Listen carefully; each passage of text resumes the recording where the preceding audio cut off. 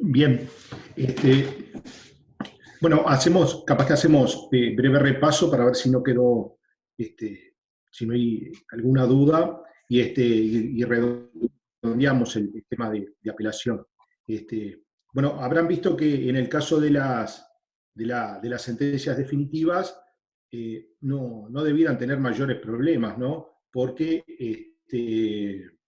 es siempre, digamos, la interposición del recurso es siempre con efecto suspensivo y además el procedimiento es inmediato, es decir, que no se posterga ni se difiere en el tiempo, ni la fundamentación, ni la sustanciación, ni la elevación del expediente al Tribunal Superior. Entonces, podríamos decir que la apelación de las sentencias definitivas es todo un poco más sencillo. Donde tienen que tener cuidado y una atención mayor es con la apelación de las interlocutorias, porque ahí vimos que había que hacer, en principio, una doble distinción. Primero había que distinguir, según hubiera sido dictada fuera de audiencia o en audiencia. Cuando es dictada fuera de audiencia, no es tan complicado, incluso es similar a la apelación de las sentencias definitivas. La diferencia fundamental es el plazo, que acá es de 6 días y no de 15 como en las definitivas. Es un poquito más complejo cuando la interlocutoria se dicta en audiencia, porque en ese caso hay dos momentos. Un primero donde hay que anunciar o interponer el recurso. Ahí a veces la terminología, algunos dicen que lo que se hace es un anuncio, otros dicen que se interpone. El, el, este, Ahora el código pareciera que dijera que se interpone cuando dentro de los 6 días posteriores se expresan los fundamentos. Lo que tiene que tener siempre presente es que ese anuncio o esa interposición en audiencia es sin necesidad de que se expongan los fundamentos, los agravios del recurso. Pero después había que distinguir también, según el procedimiento, fuera diferido o no diferido. Y habíamos dicho que cuando no, es no diferido equivale a que es inmediato, que quizás es una expresión que no se utiliza tanto en los manuales, ni tampoco lo utiliza el código, pero en definitiva es lo opuesto a diferido. Y esa modalidad de diferido o no diferido, digamos, esa posibilidad se aplica tanto si la sentencia es dictada fuera de audiencia o en audiencia. Así que cuando es en audiencia, como que la cosa es más clara, porque ahí simplemente anuncio o interpongo el recurso sin fundamentarlo y en los 6 días posteriores no tengo que exponer ningún fundamento. Lo mismo sucedería si fuera dictada fuera de audiencia, con lo cual ahí en el escrito lo único que tendría que decir es que interpongo, que anuncio la interposición de recurso de apelación contra determinada sentencia interlocutoria. Así que siempre tienen que, digo, las dos grandes distinciones que tienen que hacer siempre en materia de interlocutorias son estas dos. Y después habíamos visto de que, para completar un poco ese procedimiento diferido, que habíamos ya insistido de que lo que se difiere es la expresión de los fundamentos, la sustanciación y la elevación al superior. La otra pregunta importante es ¿para cuándo se difieren esas cuestiones? Y habíamos visto que esos aspectos se difieren para la eventual o con la eventual apelación de la sentencia definitiva. Entonces, estaba el ejemplo de que me desestimaban un medio de prueba, yo apelaba, el juez va a tener que manifestar con qué efecto concede el recurso. Claro que en ese caso es diferido. Acuérdense también que, como detalle importante, que el procedimiento diferido se aplica cuando lo establece expresamente el código.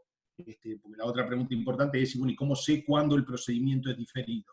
Bueno, hay que tener presente los artículos del código, como el artículo 147, como el 252, respecto de la interlocutoria que resuelve los incidentes, el 342 respecto de las interlocutorias que se dictan en audiencia, etc. Digo, los principales ejemplos, las principales hipótesis igual son esas, ¿no? Entonces, ¿qué va a suceder en ese caso? Me habían desestimado el medio de prueba, yo había anunciado la apelación, la misma había sido conferida o tenido presente por el tribunal con efecto diferido.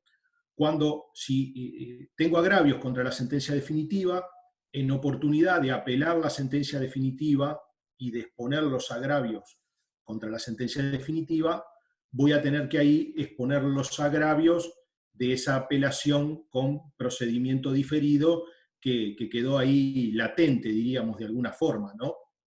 Entonces, en el mismo escrito voy a tener que exponer los agravios en definitiva, contra las dos sentencias, contra la interlocutoria y contra la definitiva. Y bueno, y eso se le va a dar un traslado a la parte contraria y seguirá el trámite. Pero ahora había otra hipótesis, creo que a eso habíamos llegado. Ahora vemos si hay alguna duda o alguna pregunta con relación a esto. Estoy haciendo como un breve repaso. Digamos, esto partiendo de la base de que después la sentencia definitiva le causa agravio al apelante, es decir, a quien había interpuesto la apelación contra esa interlocutoria.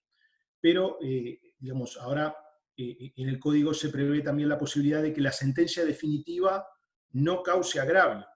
Entonces, es otra distinción importante que en ese momento ustedes tienen que saber hacer. La sentencia definitiva me causa agravio o la sentencia definitiva no me causa agravio. Para las hipótesis en que la sentencia definitiva no me cause agravio, de alguna forma, ahora con la modificación de la 19.090, existe la posibilidad de alguna forma de mantener el interés o de revivir esa apelación con procedimiento diferido, y entonces voy a poder igualmente, aunque no apele la sentencia definitiva, voy a poder igual exponer los agravios que en su momento quedaron diferidos. Y poníamos el ejemplo de un incidente, por ejemplo, que se hubiera perdido con costas y costos, y entonces, aunque después haya ganado el juicio, se me haya contemplado totalmente mi pretensión principal, yo quedé con un perjuicio, quedé con un agravio, porque quedé condenado en costas y costos por ese incidente, y anuncié la apelación y considero que no corresponde. Bueno, voy a poder ahora, igualmente, aunque no apele la sentencia definitiva, exponer esos agravios. Y puede haber alguna otra hipótesis donde el que apela es el contrario y yo no apelo por vía principal, pero expongo los agravios, pero quizás no quiero complejizar mucho los ejemplos.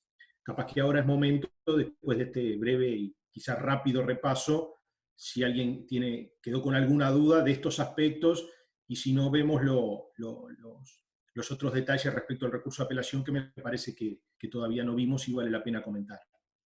Entonces, profe, disculpe.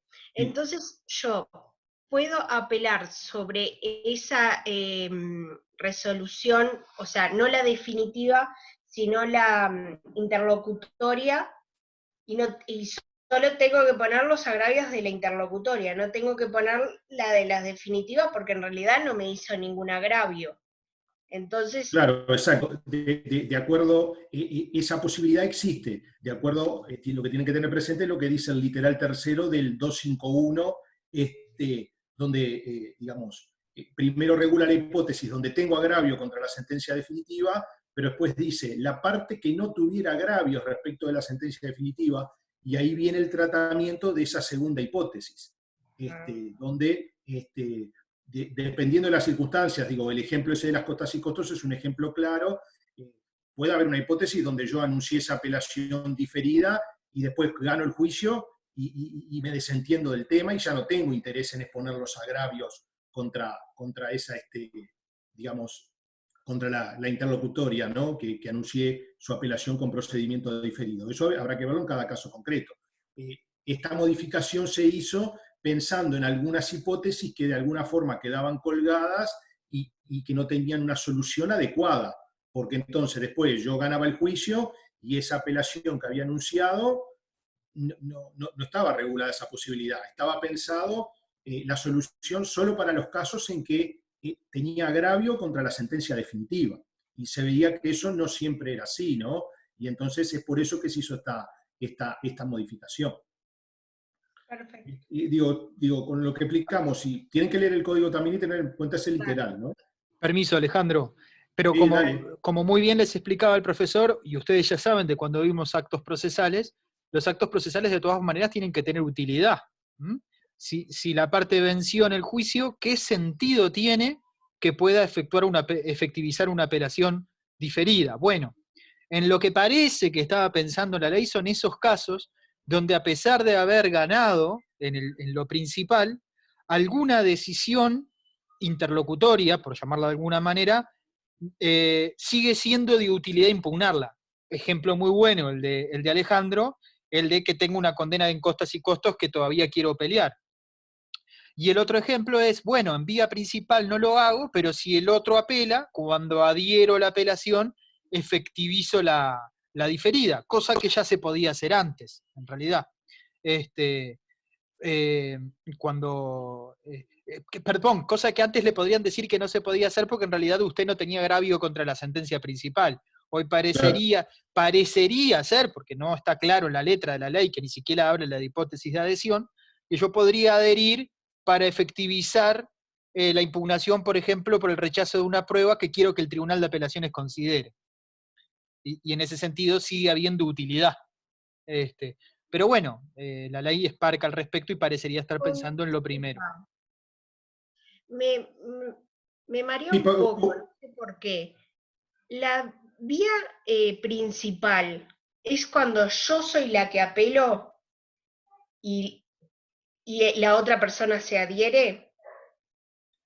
sí, Sí, la vía principal, no, dale Santi, la vía principal es mira, cuando apela, por ejemplo, apela la parte actora y la parte demandada no apela, porque si bien alguna cosa le agravia, prefiere que las cosas queden así a que venga algo peor. Claro. Entonces, más allá del principio de non reformatio impeius, como el otro apeló, bueno, dice, bueno, yo me quedo así, pero cuando el otro apela, dice, ahora que apeló el otro, yo también voy por todo. Ahora sí me queda claro. Gracias. Esa es la vía adhesiva, que es una vía accesoria. Si luego el apelante principal renuncia, desiste de su apelación, la vía accesoria se entiende que también cae y la sentencia original quedará firme. Perdón, Alejandro, adelante. no, no, capaz que el consejo, traten de recordar siempre el ejemplo ese de que demando 100 pesos y condenan al demandado a pagar 80. Son siempre hipótesis donde ambas partes tienen agravio. Les va a ser más fácil acordarse del ejemplo y obviamente también obviamente tienen que saber el concepto, pero acordándose del ejemplo le va a ser más fácil recordar el concepto, ¿no? Y hay una que dice, bueno, 80 pago, está. La otra apela, va por los 100, ahora yo voy por todo, voy por a ver si puedo no pagar nada. Y consulta, porque vieron que cuando nosotros vemos que, ponele, apela el actor y el demandado se adhiere, ¿no? Y ponele, él renuncia a la apelación, el actor, y cae la apelación del demandado. El demandado, de alguna otra forma, ¿él puede apelar? No, porque ya se le pasó el tren. Ah, El tren se queda pasa, ahí, está. el tren en procesal, acuérdense, el tren pasa solo una vez. Este caso de la adhesión, que antes solo estaba previsto para la apelación y ahora también está para la casación, permite, bueno, es como un repechaje. Pero si el otro corta, se corta todo. Está. O sea, podría hacerlo, pero al principio, sin haberse adherido. Pero Claro, justamente el adherirse pero muchas veces la decisión no era todo lo que usted quería, pero usted la tolera, digamos. Cuando el otro va por más, usted cambia su decisión y dice, ahora yo tampoco la tolero. Alejandro, adelante. Sí, además siempre tengan presente, haciendo un poco de ejercicio con estas cuestiones, y si apeló por vía principal, después no puede adherir, porque ya extinguió el ejercicio de esa facultad. Es decir, que apeló por vía principal y después se da cuenta que se olvidó de algo, marchó de expresar algún agravio, aunque la parte contraria apele y le den un traslado, no puede ahí adherir. ¿Verdad? Entonces, ahí digo, vamos practicando las diferentes posibilidades. No ¿Ah? se puede adherir a una adhesión. Exacto, sí, exacto. Estaría bien, sí, porque apeló por vía principal, le dieron traslado al contrario, el contrario adhirió y de la adhesión hay que dar nuevamente traslado.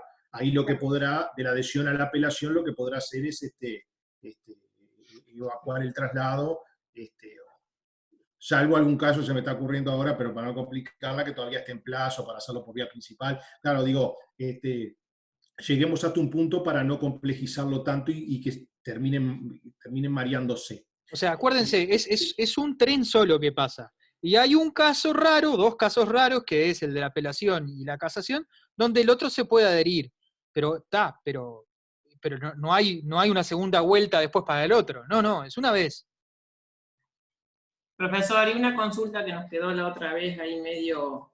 Usted en su momento había dicho que habláramos solamente de agravios cuando utilicemos los recursos, y no como los otros medios. Perdón, Alejandro, que te estamos interrumpiendo, pero aparecen preguntas. No, porque esto yo te lo comenté. Mejor, sí, digo, es una cuestión terminológica. A ver, ¿cuál es el medio, según el principio de especificidad, en general, salvo casos raros, cuál es el medio impugnativo para atacar las resoluciones judiciales? Recursos. El recurso. Entonces, los agravios de las decisiones jurisdiccionales se atacan por recursos. Por lo tanto, el término agravio que dice relación con un perjuicio que produce, ese perjuicio lo produce en general una sentencia. Y el agravio es el prejuicio que produce una sentencia que yo trato de evitar mi perjuicio por medio de una crítica razonada de una sentencia. O sea, pertenece el término agravio en general al universo del medio impugnativo recurso.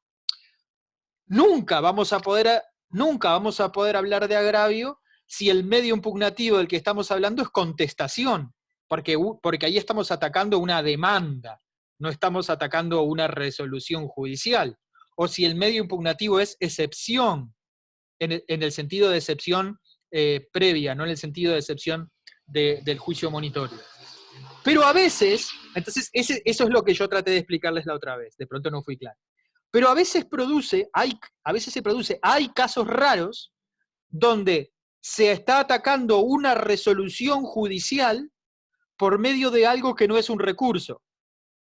Y ahí sí se puede hablar de agravio, pero es raro. Por ejemplo, cuando se están oponiendo excepciones contra el auto inicial del juicio monitorio. Sí, el auto inicial es posible decir que me agravia, y sin embargo el medio impugnativo no es recurso. Pero eso es algo raro, excepcional, porque el principio de especificidad nos dice que siempre que hay resolución judicial, el medio impugnativo va a ser un recurso. En definitiva, Claro. ¿qué agravian? ¿Nos agravian? Sentencias judiciales. Otra cosa no agravia. ¿Cómo generalmente se impugnan las sentencias judiciales? Por medio de recursos. A veces por otro medio. Cuando es otro medio se puede hablar de agravio. ¿Ok? Adelante, Alejandro. Bien, bárbaro. Lo que nos quedaría por comentar respecto del recurso de apelación es lo siguiente. En primer lugar, existe la posibilidad de proponer prueba, tanto con la interposición del recurso como al evacuar el traslado o adherir al mismo. Tengan presente que obviamente esa posibilidad en este caso es mucho más acotada. La prueba, en la hipótesis de la apelación de sentencias definitivas, está regulado en el 253.2. Y bueno, ahí pueden ver, está limitado a la prueba documental, tanto porque el documento sea de fecha posterior o de fecha anterior, pero su existencia era desconocida, y también existe la posibilidad de proponer hechos nuevos, y en ese caso no hay limitación en cuanto a la prueba con la cual se puede respaldar la eventual acreditación de ese hecho nuevo. Ténganlo presente, eso está regulado, como decía, en el artículo 253.2, y es un poco más amplio en el caso de la apelación de definitivas. En el caso de la apelación de interlocutorias, la posibilidad de proponer pruebas está aún más limitada, y lo tienen regulado, les voy a decir el artículo, en el literal cuarto del 254, que ahí hay un error cuando remite al numeral segundo del 253, en realidad debería ser el numeral primero, y tiene que ver con digamos, la posibilidad de proponer prueba con la apelación de las interlocutorias. Ahí la limitación es aún mayor y solo se admite la prueba documental.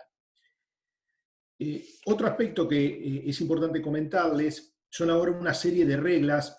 Hay un artículo acá del Código, que es el artículo 257, que tiene que ver con las facultades o poderes del Tribunal Superior, que es un artículo importante porque establece ahí una serie de reglas que las tienen que conocer. Entonces dejé esto ahora para el final porque digamos, son una serie de facultades y poderes que tienen, digamos, una aplicación respecto de todo el tema de la apelación. De acuerdo a lo que establece ese artículo 257, debemos tener como primer regla presente lo que dice el 257.2, que establece que el tribunal no puede decidir sobre puntos no propuestos en la primera instancia. Es decir, esto tiene que ver, principio dispositivo y de congruencia mediante, con el objeto del proceso. Obviamente, en la segunda instancia se mantiene el mismo objeto que fue propuesto en la primera instancia. Pero hay que tener en cuenta que existe una regla bien importante según la cual, vinculado con los poderes y facultades del tribunal, en su actuación va a quedar limitado por los eventuales agravios que expongan las partes.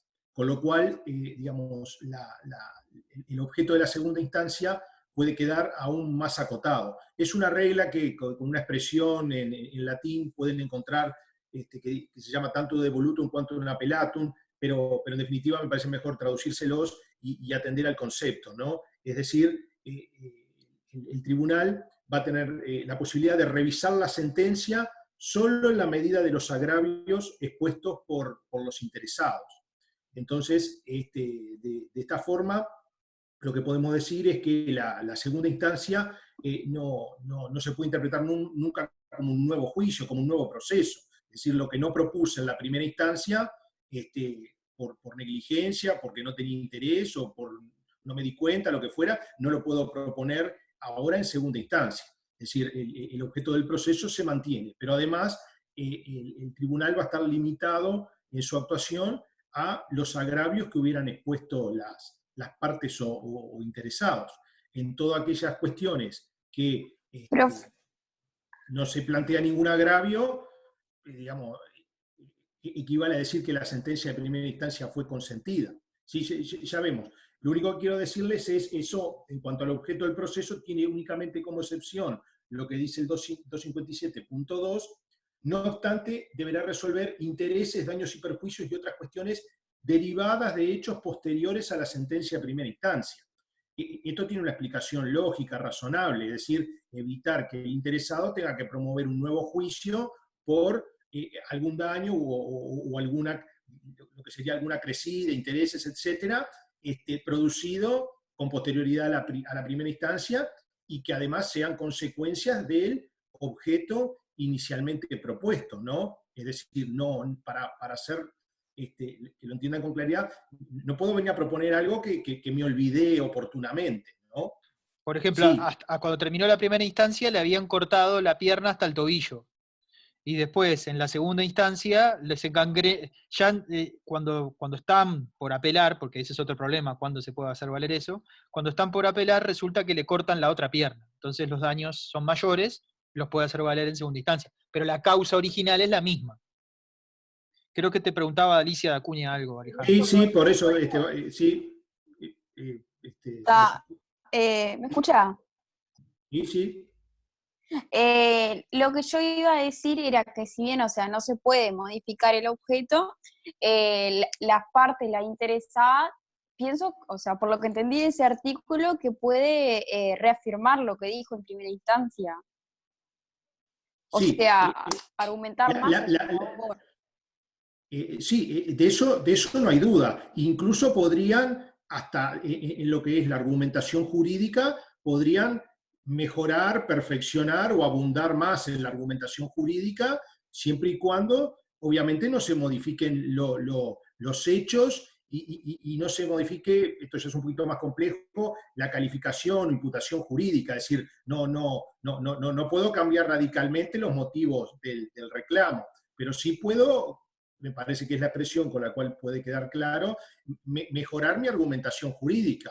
Es decir, decir por qué la sentencia me perjudica, me agravia, está mal, los errores que tenga, e insistir con las argumentaciones jurídicas que ya había planteado al comienzo del proceso, pero incluso mejorarlas o complementarlas, ¿no? Tiene que haber congruencia otra vez, el mismo principio. Si claro, yo pido algo, claro, lo que yo sí hago puede una apelación. suceder, claro, lo que sí puede suceder es que nos veamos en la necesidad de plantear un hecho nuevo, porque en el ejemplo que les comentaba el profesor, va a ser necesario plantear, es decir, ocurrió algo nuevo, es decir, se modificaron los daños y perjuicios, pero su eventual alegación y prueba puede estar justificada porque es un hecho posterior, no es algo que me olvidé. Pero ahí no entra el efecto ahí no entra el efecto que tenían, si es suspensivo, si es diferido, ¿no? No, son hechos que ocurren con posterioridad. No se confunda, seguro, ahí está. Lo de suspensivo o no suspensivo tiene que ver con si se suspende la ejecución de la resolución apelada. Eso tiene que ver con... Puede ser un poquito más complejo porque podría distinguirse si se suspende todo el proceso o se suspende solamente la resolución apelada, pero quédense con esa idea. La sentencia definitiva que condenó a la parte demandada a pagar todos los daños y perjuicios derivados del accidente de tránsito, si la parte demandada la apela, no se cumple, no se ejecuta. Sin perjuicio, una cosa que hay por ahí, que es la ejecución provisional de la sentencia de condena, pero digo, si se apela, por eso es suspensivo el efecto de la apelación. ¿Está claro eso? Martirena está levantando la mano. Sí, bueno, consulta. Cuando pusieron el ejemplo de que le cortaban o le amputaban la pierna, ¿no? Lo alegó como hecho nuevo eso, en la segunda instancia, ¿no? Sí, perdón, Alejandro, la dificultad normativa... Dale, porque vos pusiste el ejemplo. La dificultad normativa que hay es que si uno lee piedeletristamente la norma, parecería ser que el hecho nuevo tiene que invocarse al apelar. Con lo cual es medio raro, porque el hecho nuevo tendría que haber acarecido entre el día que yo hice los alegatos finales en primera instancia y el día que me vencía la apelación. No hay una regulación que hable expresamente respecto de los hechos nuevos acaecidos durante el transcurso de la segunda instancia. No obstante lo cual, parecería ser que hasta el acuerdo es posible denunciar hechos nuevos. Hechos nuevos, hasta el acuerdo es el momento en que se juntan los ministros para decidir el recurso de apelación. Sí, eso está en el 121.2. Claro, pero pasa que el 121.2 dice eso, pero después cuando se habla de la prueba, se habla de la prueba de la apelación, parecería ser que es la prueba del recurso de apelación. Entonces, armonizando un poco, lo que parece ser es que se pueden denunciar hechos nuevos en segunda instancia hasta el acuerdo con su prueba, digamos. Pero ojo, respecto de la prueba, por ejemplo, la documental, seguimos teniendo el problema. Es una prueba documental que tiene que aparecer o que conozco entre que alegué en primera instancia y el recurso de apelación, o también puedo después de recurrir y hasta el acuerdo denunciarla. Sobre eso no hay norma. Parecería que también. Lo que pasa es que la apelación es en el 99,99% de los casos meramente revisiva, y estos fenómenos son absolutamente extraordinarios de prueba en segunda instancia. Sí, generalmente cosas nuevas a esa altura no aparecen. Creo que alguien ahí estaba preguntando por el chat, creo que apunta a que no se confundan, la posibilidad de plantear estos hechos nuevos o la prueba superviniente, no hay que confundir con lo que comentamos antes respecto del 257.2 en cuanto a que el objeto se mantiene, queriendo referir de que no puedo modificar, salvo esas hipótesis, salvo la hipótesis de hechos nuevos, o vinculada con la posibilidad de reclamar daños y perjuicios, etcétera, posteriores a la sentencia de primera instancia, fuera de esa hipótesis no puedo modificar el objeto de la primera instancia. Es decir, esto a veces sucede, a veces puede haber un intento fallido de hacer esto, porque al final del juicio me doy cuenta que me equivoqué en la demanda o me equivoqué en la contestación, y entonces presento el recurso de apelación agregando cosas o cambiando cosas que debería haber hecho en una etapa anterior, con la demanda, con la contestación. Entonces, lo que no demandé, marché. No puedo ahora, después, al final del juicio, aunque me dé cuenta que en algo me equivoqué, ahora insistir o venir a pedir algo que no formaba parte del objeto del proceso en la primera instancia.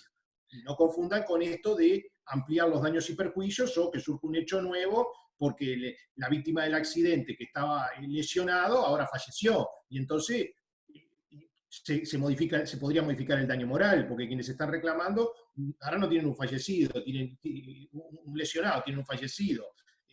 Digo, no es habitual, pero puede suceder, no es habitual que suceda, pero podría suceder. ¿Quedó claro? ¿Alguna otra pregunta con relación a esto específico? No, yo iba a decir otro principio, que cuando apelás A no te ver. puede perjudicar al apelante. Sí, es lo que nos faltaba ahora comentar. ¿Y cómo Ah, está. sería entonces? Claro, por ejemplo, si yo apelo por los 80, pero en realidad quería 100, no me puede dar 60. Por eso el profe decía de que ahí vos vas y apelás, por ejemplo, ahora quiero todo. Eso le Claro. convendría a la otra parte, pero a mí si yo apelo no me puede dar 60 o darme menos de lo que ya me dio la otra sentencia. Bien, eso se O sea, llama... quiere decir que no se puede modificar, de cierta forma, lo resuelto en la primera instancia, o sea, de forma Claro. más perjudicial o desfavorable. Ahora Aunque hay vean, casos- ahora vean que Siempre y cuando... si apelan los dos, sí. Siempre y cuando no haya apelación del contrario. Es decir, el principio es la prohibición de reformar la sentencia en perjuicio del apelante. Ese es el título. Apelante. Prohibición de reformar la sentencia en perjuicio del apelante.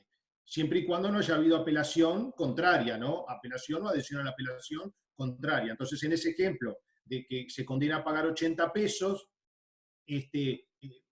supongamos que la parte actora lo consiente y el que apela es el demandado, aunque el tribunal advirtiera que en realidad habría que haberlo condenado a pagar 100 pesos, no puede, digamos, empeorar su situación. Y se dice no puede empeorarla ni cualitativa ni cuantitativamente. Es decir, esto En se caso de basa conflicto, en caso No, de si conflicto ambas entre partes- los... Claro, si apelan, la excepción es que sí puede agraviar no, Claro, digo, o sea, razónenlo así, si hay agravio de las dos partes y las dos apelan, bueno, ahí es distinto. claro, es Esto se otro principio. aplica, miren, acuérdense de esta expresión, el apelante solitario. ¿Ah? Tenemos las dos partes, cuando apela uno solo, no se puede agravar su situación o su condición. Y se basa en algo muy básico y lógico. El que apela es para mejorar, no es para empeorar. ¿Ah? Por Y eso además, sí, por eso a mí me conviene, si la otra parte apela, iría a apelar también, porque si no, bueno, tiene a favor sí, esa de...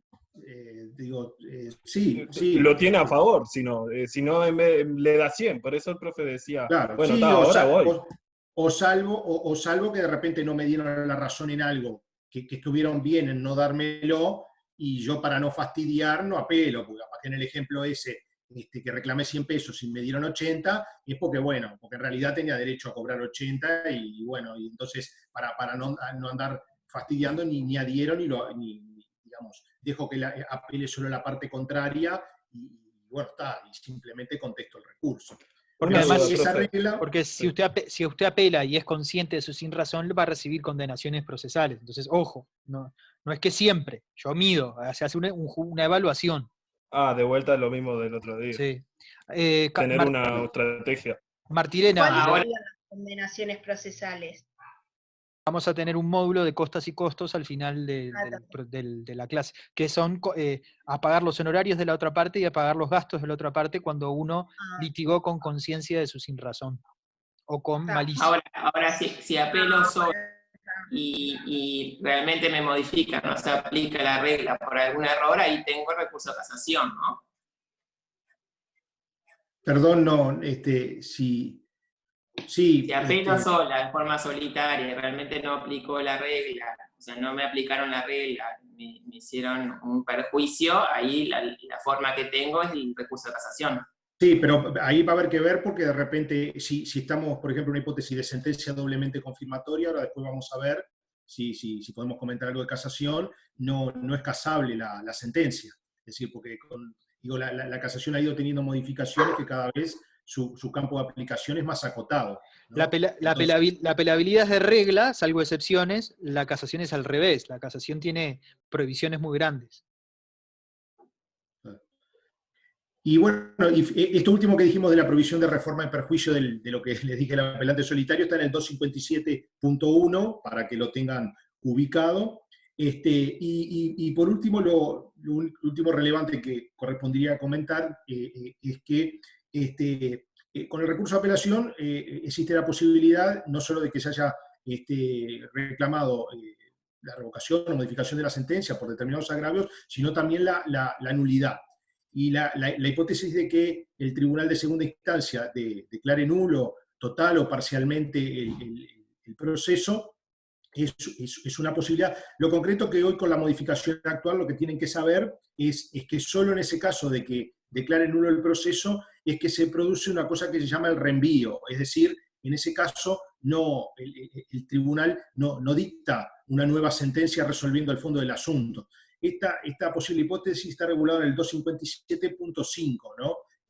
Donde en determinados casos donde se declara la nulidad del proceso por obviamente alguna falta de algún presupuesto procesal, algún vicio de irregularidad que no fue subsanado, excepcionalmente, digo, es una posibilidad que existe, y en ese caso existe ese mecanismo del reenvío que es retrotraer el proceso a un tribunal subrogante para que retome o reinicie el proceso desde el momento en que se habría producido esa nulidad. Les comento esto porque es algo que de alguna forma, si los hago brevemente, está regulado ahí en el 257.5. Hay otra hipótesis que también ahora se modificó, y es si el tribunal se hubiera rechazado alguna prueba y considerara que la prueba es admisible, ahí no hay reenvío, sino que el tribunal va a ordenar la producción de la prueba y va a dictar la sentencia de segunda instancia que corresponda, atendiendo ahora o considerando la prueba omitida. Y a la inversa, si se admitió una prueba que en realidad correspondía rechazarla, bueno, dictará la sentencia de segunda instancia sin considerar o sin tomar en cuenta esa prueba que fue incorrectamente admitida. Estas posibilidades están reguladas, como decía, en el 257.5.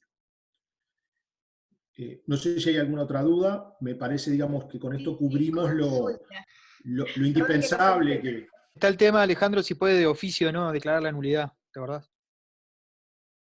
Sí, digamos, yo no quise ahora profundizar mucho en este aspecto, pero sí podría, en la medida de que, digamos, ahí de alguna forma no existe el mismo límite en cuanto a los agravios, porque si el tribunal de segunda instancia advierte que falta un presupuesto procesal que de alguna forma invalida todo el proceso, obviamente que está en condiciones de pronunciarse en ese sentido. Malo Martirena, No sé Alejandro. Sí, la escucho, sí. Profe, una consulta. O sea, si no se puede agraviar al que apela, por lo menos se puede igualar, ¿no? Digo, ¿a qué apunta la pregunta? ¿Qué significa que?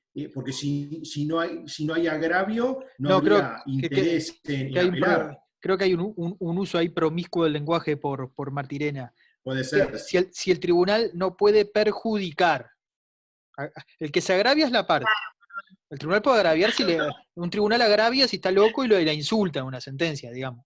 Pero la pregunta suya es, entonces, ¿cómo es? Si el tribunal no puede perjudicar, ¿qué más? O sea, si no puede perjudicar al que apela, puede igualar, o sea, deja igual la sentencia que se apeló. Claro, sí. Está.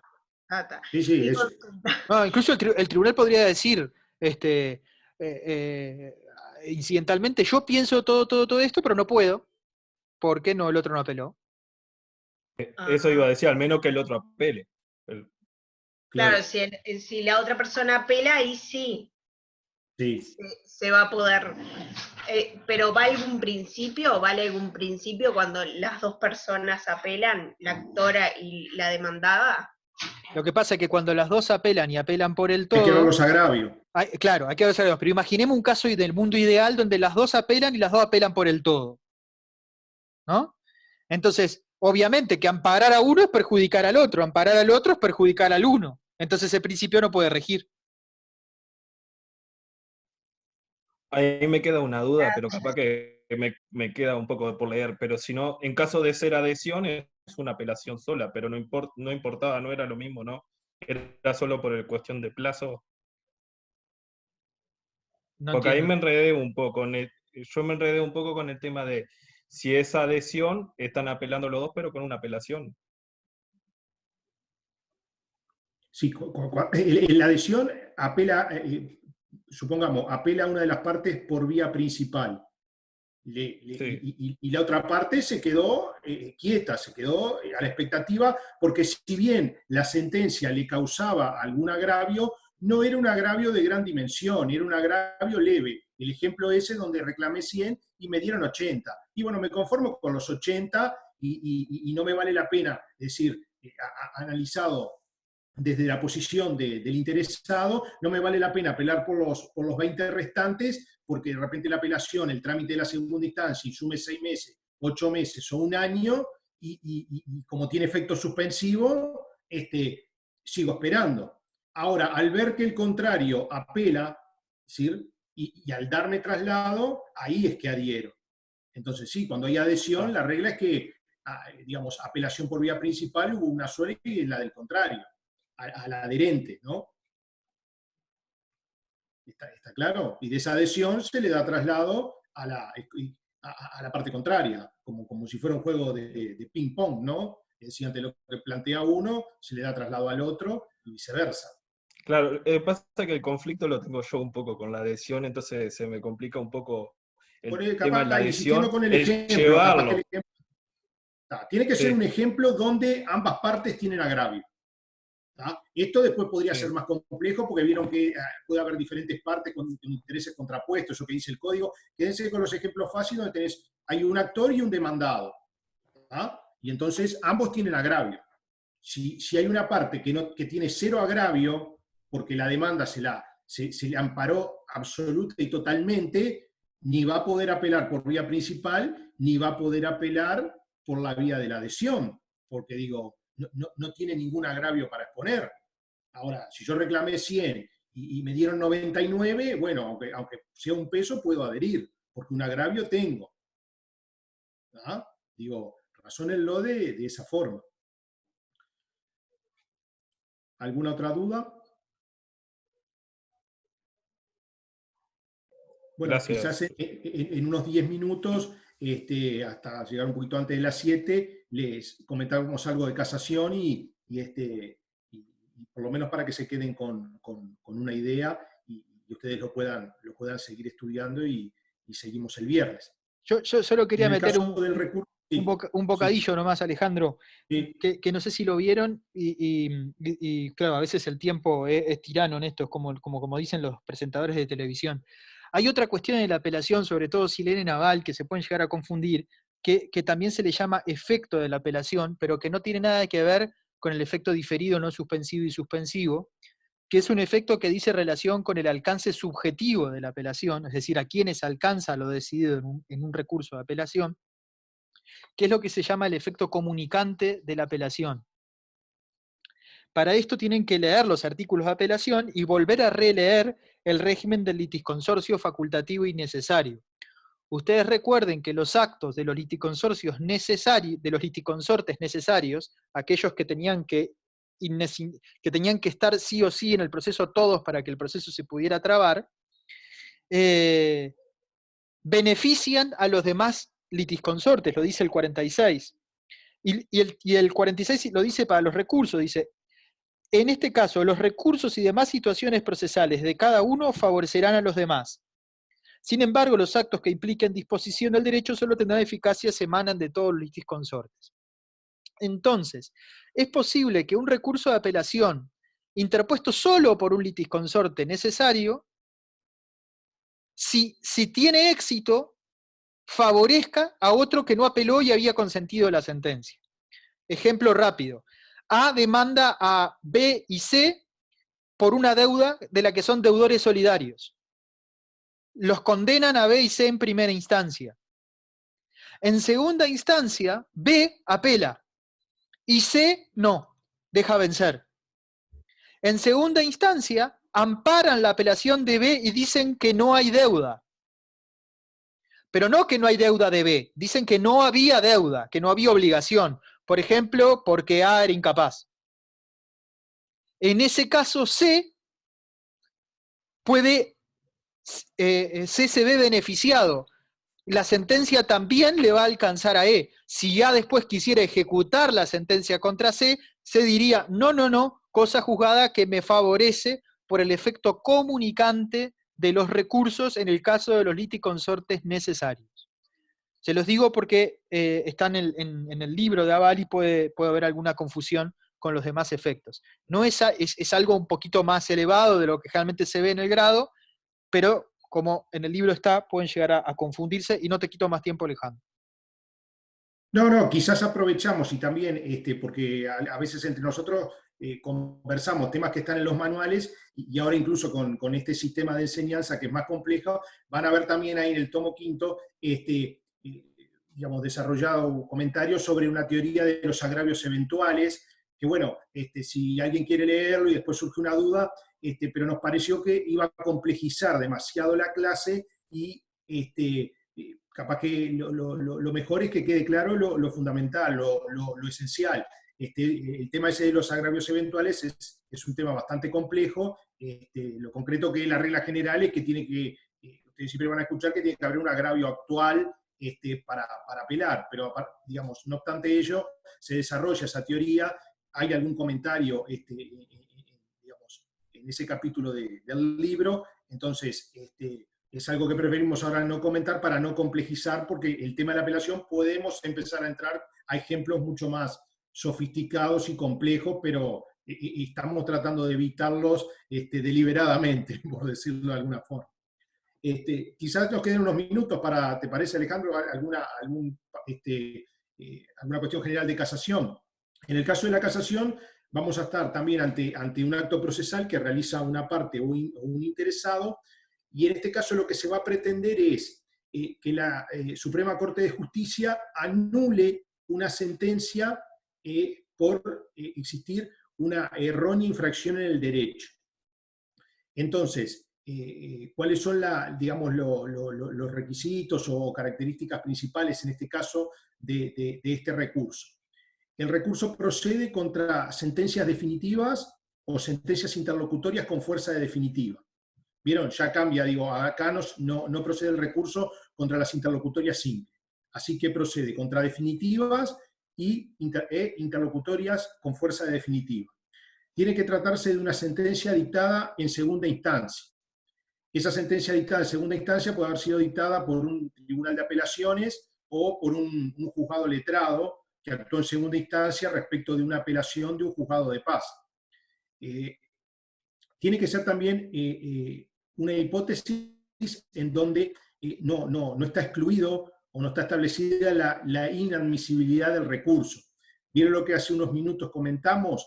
La casación no es una tercera instancia. Esto es una expresión que habitualmente se utiliza y hace relación justamente con que en este caso el posible objeto de esta instancia es aún más acotado. Entonces, de acuerdo a lo que establece, hay que tener presente lo que establece el artículo 268 y 269, hay varias hipótesis en que la interposición del recurso de casación es inadmisible. ¿Cuáles son esas hipótesis? Bueno, hay un tema de monto a considerar. Si ustedes tienen en cuenta lo que establece el artículo 269, dice, no procede el recurso, dice, contra las sentencias recaídas en asuntos cuyo monto no superar el importe equivalente a 4.000 URs.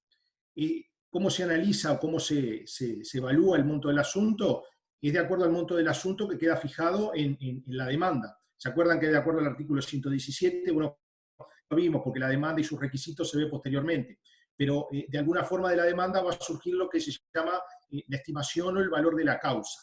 Entonces, si es un asunto que no supera las 4.000 URs, por poner un ejemplo fácil, demandé un crédito que es inferior al equivalente a 4.000 URs al momento de presentar o de interponer la demanda, bueno, la sentencia dictada en segunda instancia no es casable.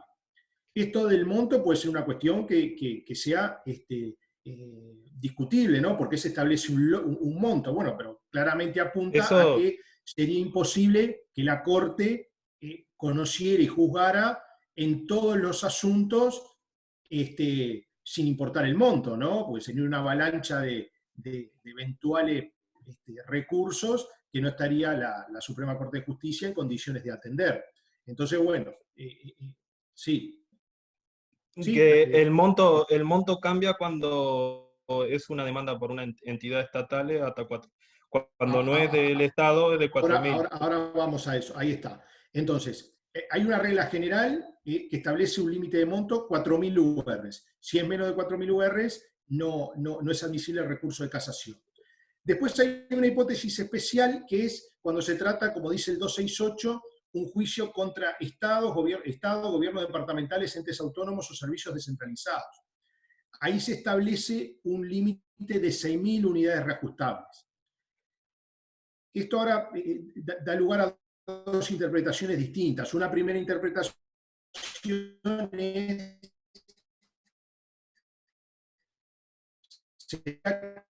que, bueno, si el juicio contestado o esas personas públicas, el modo de 4.000 asciende, en realidad ese límite se eleva a 6.000 URs. Pero vamos a ver también, dice el 268, presten atención, tienen que tener el código a ser preciso, dice,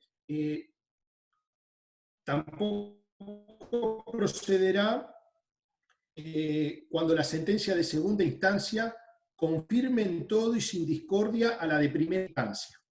Esto es algo que no existía originalmente en el código y que se modificó posteriormente, tratando de explicarlo en términos sencillos. ¿Qué es lo que se pensó? ¿De qué se trata esto?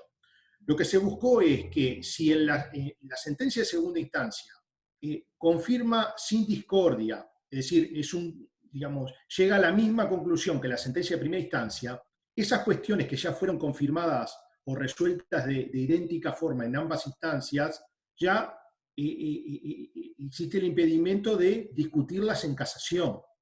¿Ah? Es decir, si la sentencia de primera instancia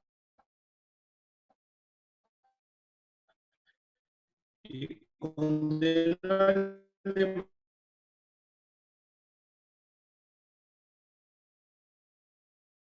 un error de derecho, que esa es la principal causal que podría dar mérito al recurso, el legislador lo que quiso que en ese caso, justamente para acotar también las causas en las que interviniera la Corte, decidió que esa sentencia no es casable. Entonces, el recurso de casación es inadmisible. Esto ha tenido en la práctica una interpretación un poquito más compleja, porque ¿qué sucede? A veces la sentencia de segunda instancia confirma en unos aspectos y revoca en otro.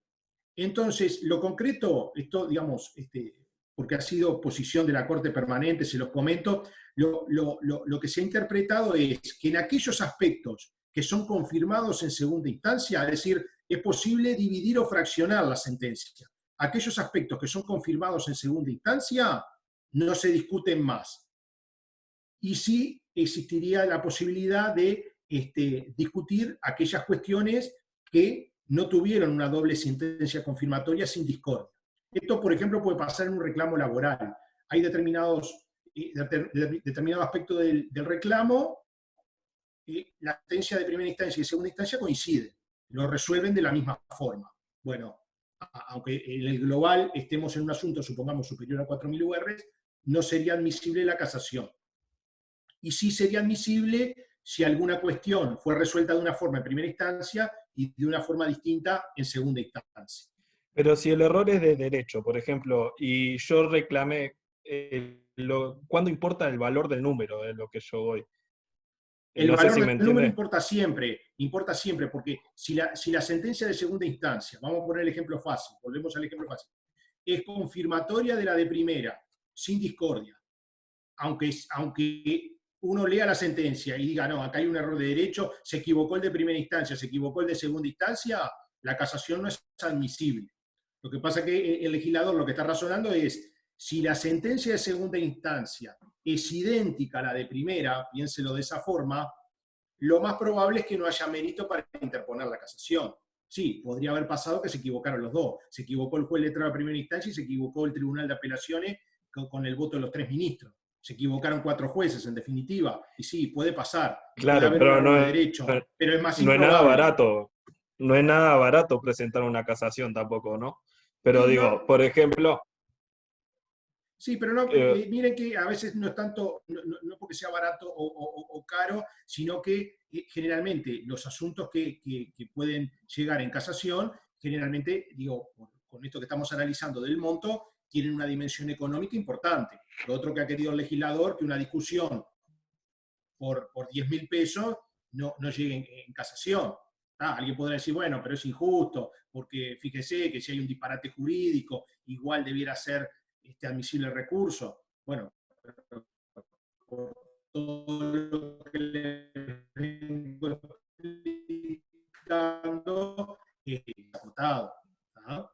Entonces, estamos cerca de las 7. Creo que, no sé si queda alguna duda, para no extenderme más, si queda alguna duda con este punto. Hay que ver después ya seguir con otras hipótesis en donde tampoco es admisible en el 269.